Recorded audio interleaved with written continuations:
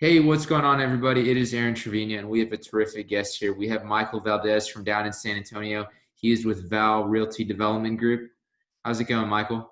Pretty good, man. How are you? I'm doing just fine.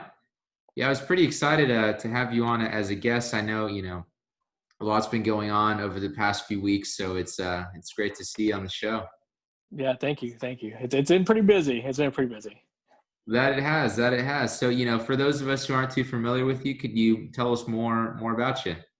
Yeah, we started this company roughly 3 years ago, and our main focus was, to help our neighbors in need. And mostly, we saw a big spike in foreclosures, 2 years ago. And we had some friends and family who faced foreclosure. And, we thought this will be a good opportunity for us to use our knowledge and give them a helping hand. And so that's what we do. We typically, from an investment side, deal in wholesaling, which has been pretty good here in San Antonio. And now we're starting to dive into some sub-2 financing and things like that. Ultimately, we want to get into the development side for moderately priced homes. But San Antonio is a hot market, man. It's a hot market. So it keeps us pretty busy. Absolutely. So, for those who aren't too familiar, could you kind of explain, what wholesaling is? Sure. So wholesaling is, to put in a nutshell, you go and find a distressed property, and for lack of better terms, you sell, I guess, the rights to that property to an investor. There's more into it, but what we do on a typical day when it comes to wholesaling is we try to find distressed properties or people that are in need, who need to sell fast. And San Antonio is military town USA. We have 3 military bases here. So when people get their orders, they have to move rather quickly.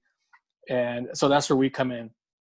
We help them in selling their house quickly. We don't represent them, but we sell the contract rights to that house to an investor and for a fee. And up front to the seller, it's total disclosure. We let them know, hey, this is our means of business. This is what we do. We'll handle everything for you, though. No worries, no fees out of your pocket, anything like that. We take care of. And then we also let the end buyer, the investor, know, hey, this is what we got going on here. We give them a fantastic scope of work, along with an inspection and an appraisal, to let them know that when they do business with Val Realty Development Group, it's not just this fly by the night type thing. Then, we go to closing and go from there. They give us the fee on the contract, and then the house is sold. Okay, very good. Yeah, you did a great job of kind of going through the process there. Could you kind of maybe explain the difference between wholesaling and then you mentioned doing subject to? Yeah, sure. So on the wholesaling part, we'll go and talk to the seller, let them know that we're interested in the property, and we go ahead and do a contract for sale. With that contract, we disclose that we may sell the rights to this contract to another buyer, and once we do that, the buyer gives us like a finding fee, like a recruitment fee, if you would, and then the investor, ultimately takes possession of the house once it's closed. On a subject to is if someone is in need of mortgage relief or is behind on mortgage payments facing foreclosure. That's where we can come in and help them basically take over their payments with the intent of them signing over the rights or us acquiring the rights to that house. It works out great for people who need that mortgage relief because if they go into foreclosure, they could face a ton of back fees or bad credit, bankruptcy, things like that. Again, we go in to help them out, try to save as much credit for them as possible by making their payments for them, making the back payments, because most of the time, they are behind in their mortgage payments. And, give them a helping hand by like offering to move them or meal on us for the night, whatever. Once we come to an agreement, though, that they will move out of their house and we take possession of their house, then we have exit strategies, which is to owner finance or sell it to another investor, things like that. Okay. Could you kind of go through a few of those scenarios? You mentioned owner financing, like, what would owner financing look like, or what would that mean? Sure. So let's say that we did a subject to finance where um, a seller needed to get out of their house. They were behind on their payments.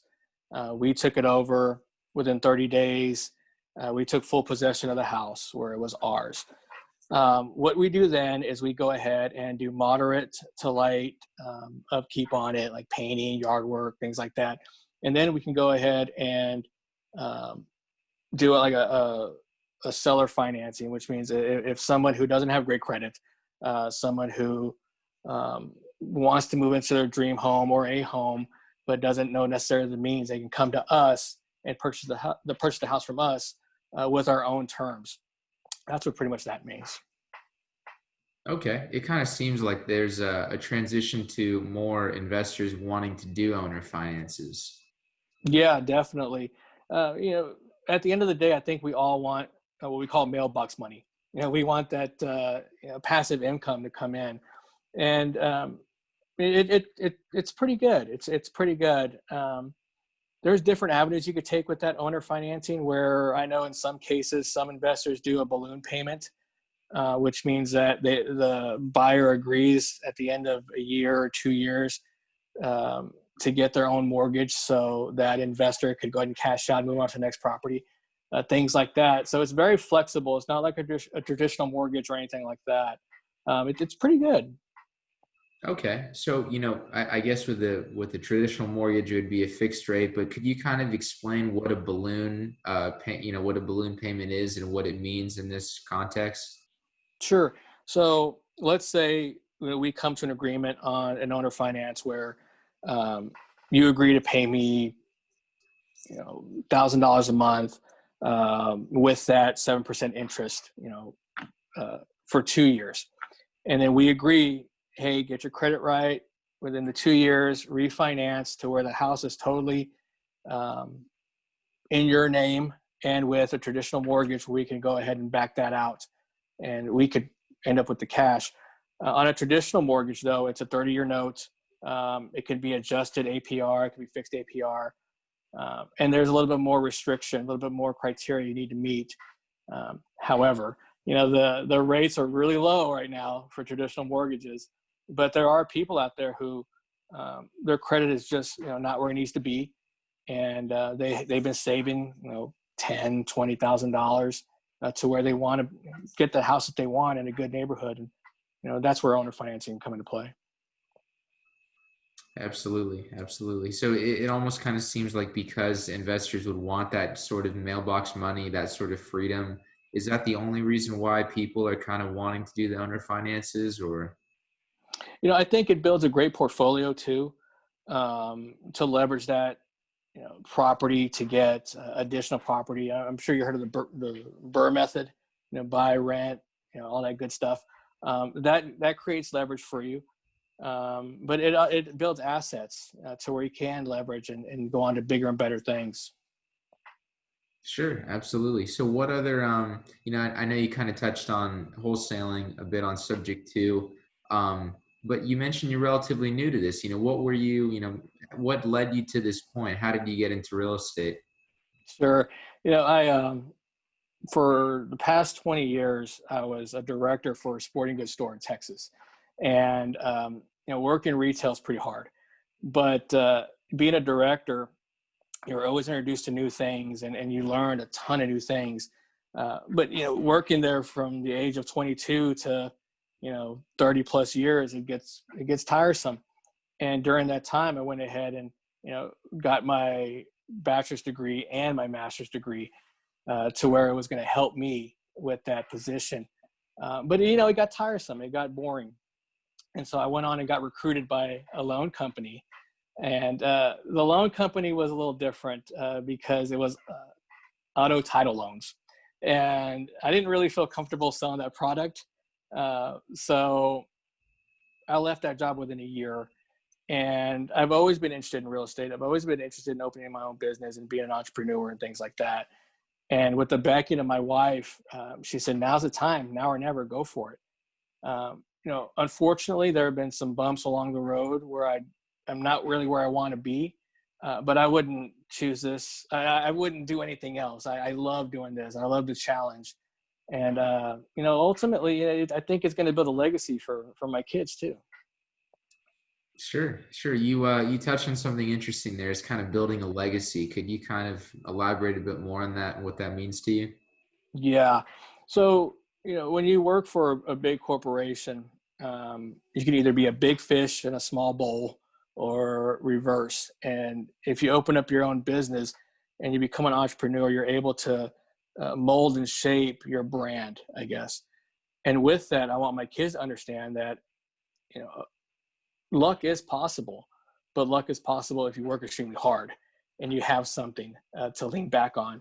And they love the fact that I'm at home a lot more. They love the fact that I'm always, working. I take them to go look at properties, things like that.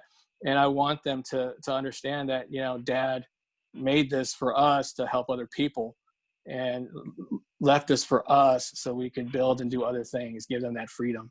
That's what legacy means to me in this business. Yeah, absolutely. It's definitely pretty important. Given that there's so much information out there, and a lot of times, um, you kind of need to provide that guidance with you can when you can, and I think it's great that you're thinking that way.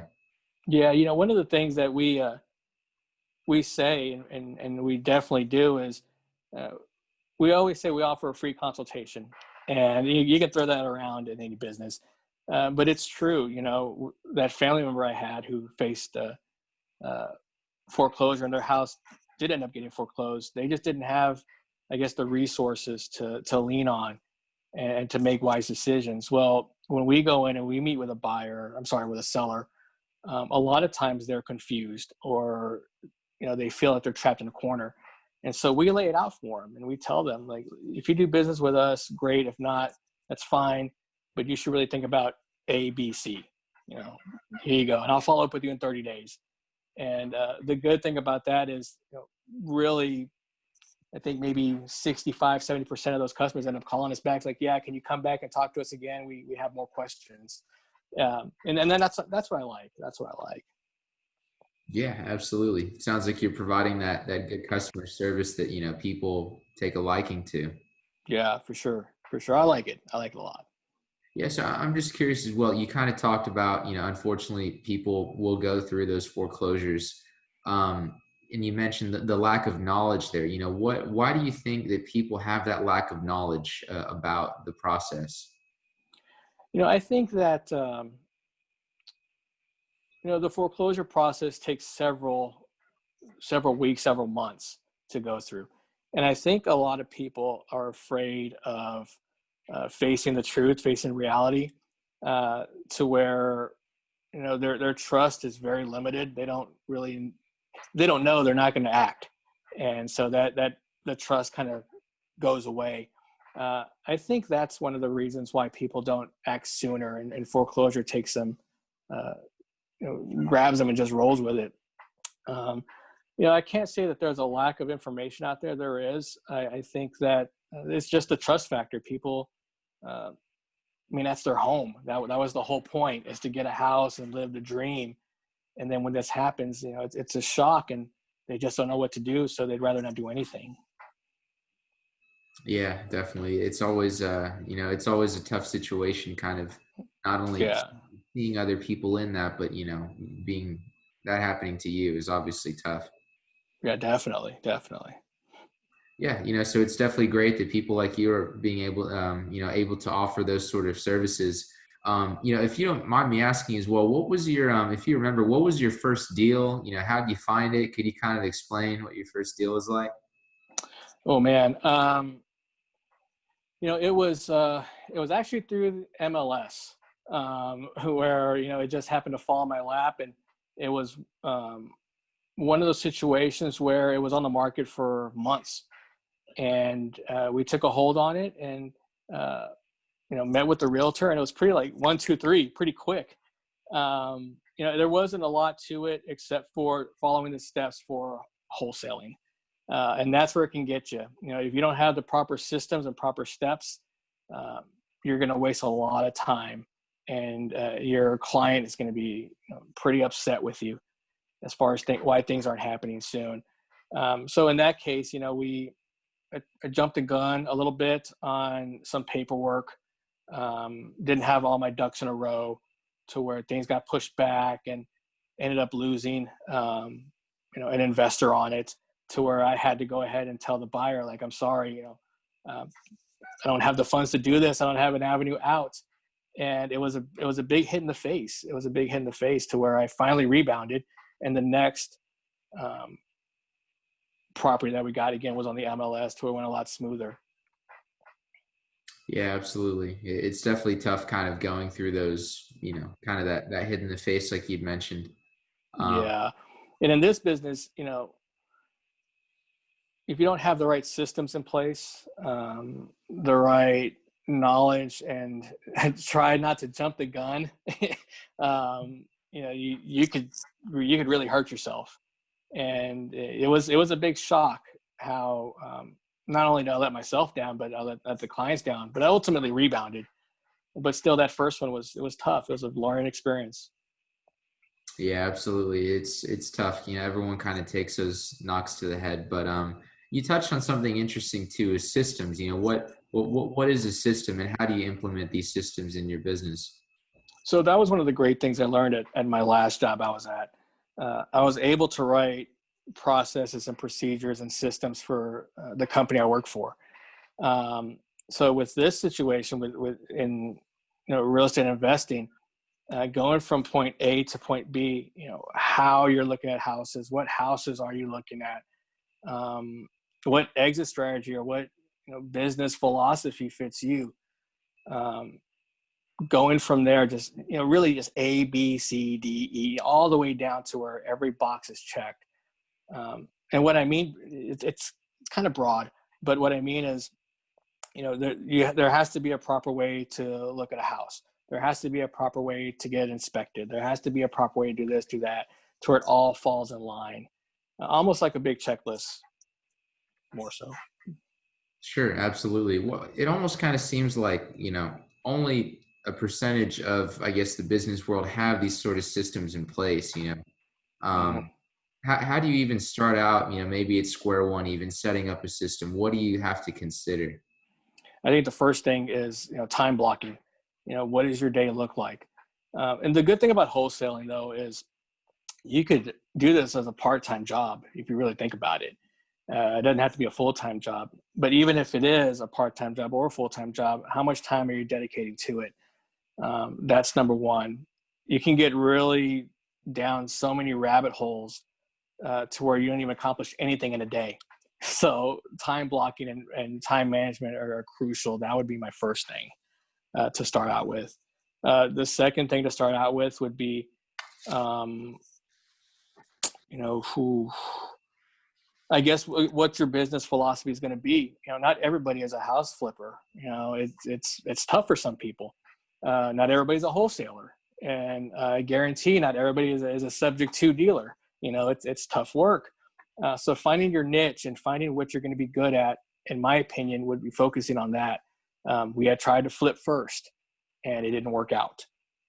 Just because we didn't have systems in place for evaluating the deal and scope of work, this, that, whatever. So that would be my main two, definitely time blocking and systems. Sure, absolutely. That time blocking is crucial because, the time can just kind of slip away from you. Oh yeah. It does. I mean, even with all the systems I have in place, like, I got to do this, I got to do this, it still gets railroaded.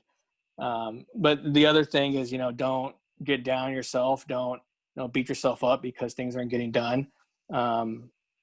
Just manage your time. Just manage your time, basically. Yeah, absolutely. I mean, so do you have that in your phone or in your computer systems, or how do you kind of block that time, or is it you making a mental note to yourself?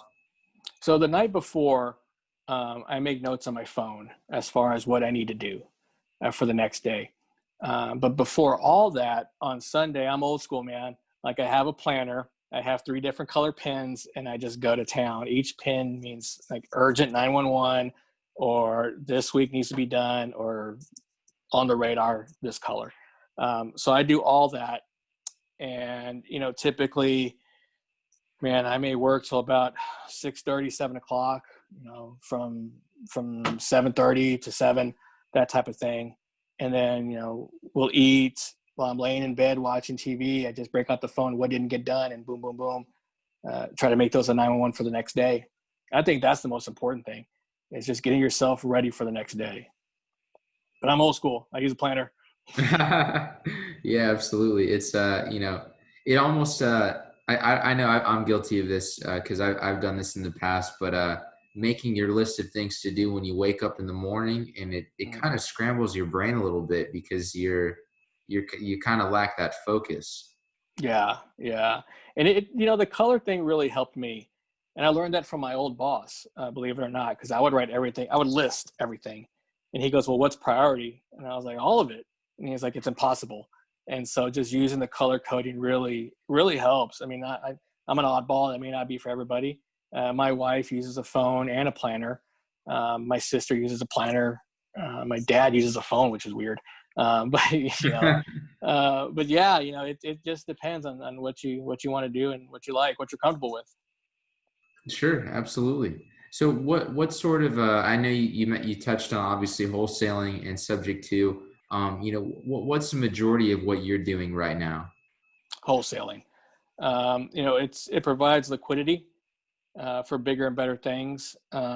Ultimately, like I mentioned before, we want to go into the development side where we can actually build affordable housing in the hill country and places like that.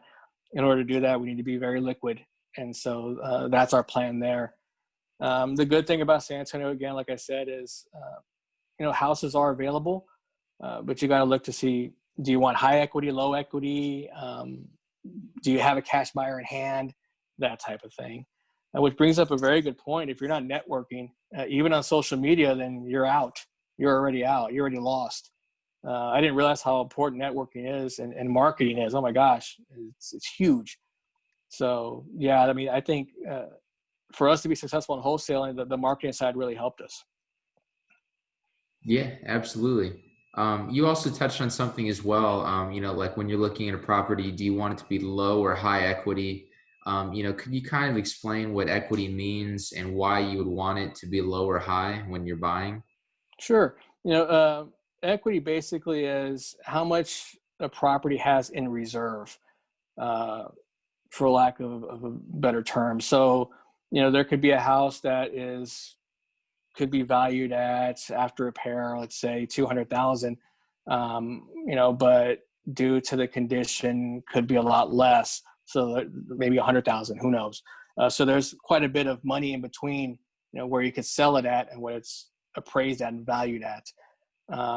So with that being said, that high equity really could help you at the end when it comes to selling the house, flipping the house, wholesaling the house. If it's low, it's not always a bad thing. That can help you with another strategy. Okay, so should we own or finance this one? Is it going to be a rental property? Like, what do we do with it?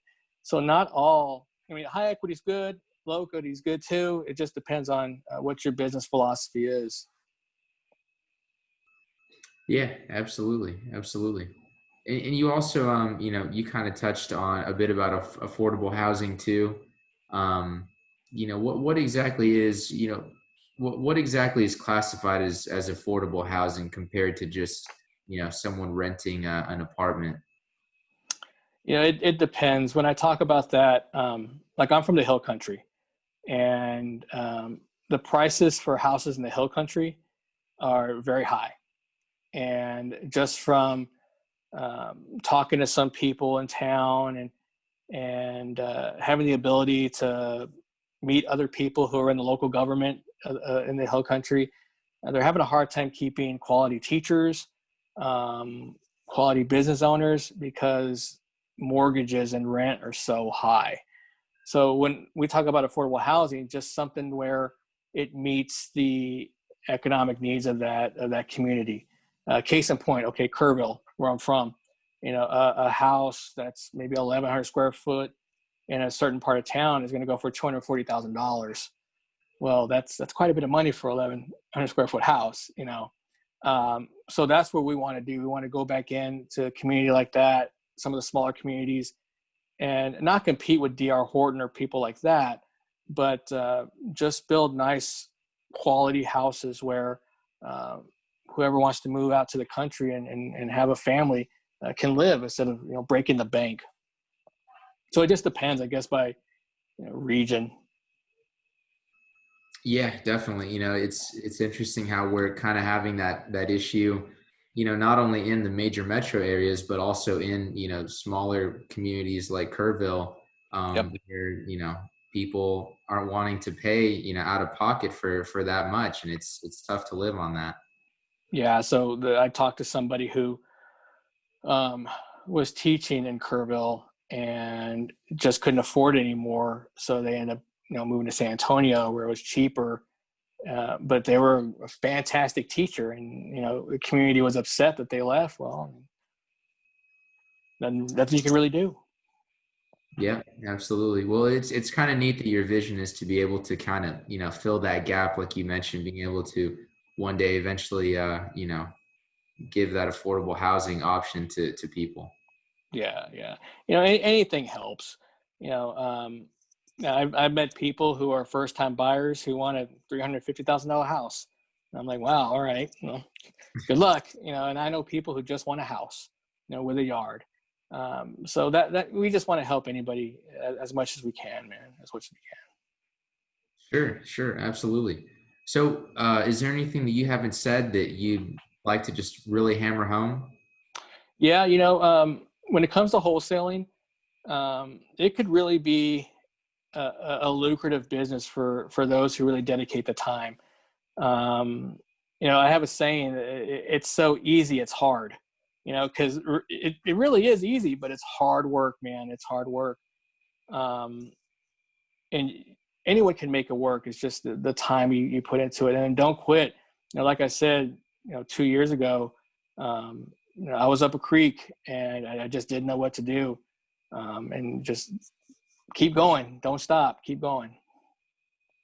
Absolutely. There's a lot to be said for that. So you've done a great job explaining, wholesale subject to your process, the importance of systems. Is there anything else that you want people to know? Um, you know, we talked about networking. Networking and marketing are huge.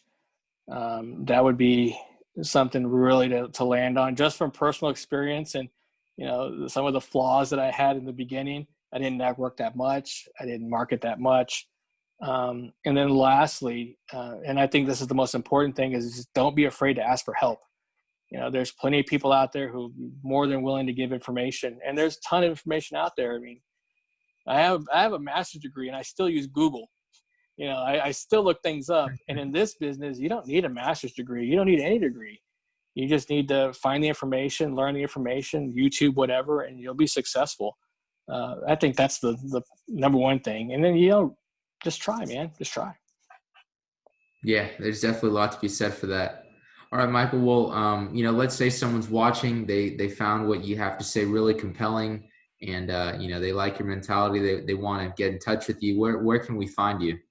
Sure. So you can find us on Facebook, and our tag is at ValRDG. And Instagram and Twitter, our tag is the real ValRDG. And then our website is www.valrdg.com. And drop us a line. We'll get back to you typically within 24 hours. And yeah, that's about it. All right, sounds good. I'll be happy to put that in the link in the description. Michael, you've been a wonderful guest. I've learned not only a little bit about you, but also, kind of your, where you're coming from, your mentality, the systems, the marketing, your process. I thought it was terrific. So thanks again for coming on. Well, thanks for having me. I appreciate it. Absolutely. We'll talk to you soon, Michael. All right, take care.